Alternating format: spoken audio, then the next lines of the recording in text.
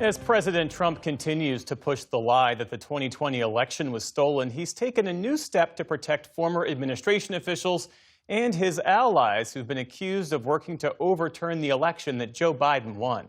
White House correspondent Liz Landers reports on a series of pardons the president has granted.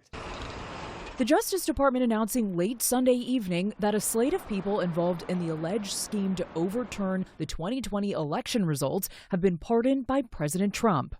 Special Attorney Ed Martin posting on social media that the list of people, including Trump's former personal attorney Rudy Giuliani, former White House Chief of Staff Mark Meadows, and attorney Sidney Powell, were pardoned Friday.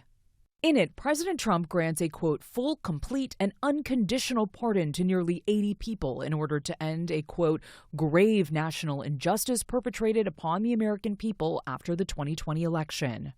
They were being shut down. They were being silenced. And why? And the question was, what happened in the 2020 election?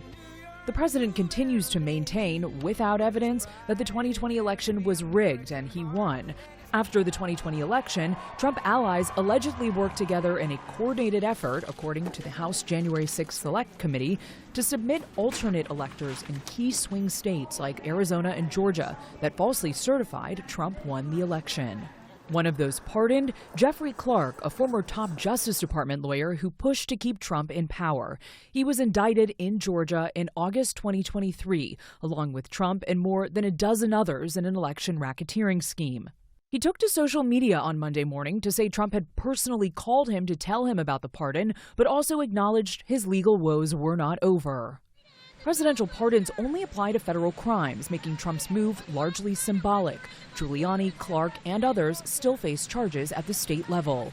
These are very unusual pardons because the way they're written is very broad. Liz Oyer served as the Department of Justice pardon attorney appointed during the Biden administration.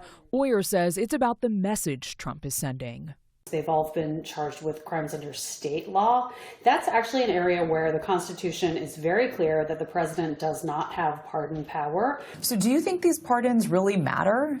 The thing that's very concerning and alarming about them is that the president is clearly messaging to his supporters that if you commit crimes in the name of Donald Trump, Trump will have your back. It is essentially a call to MAGA supporters and Trump loyalists to do whatever it is that they feel that they need to do in the interests of Donald Trump.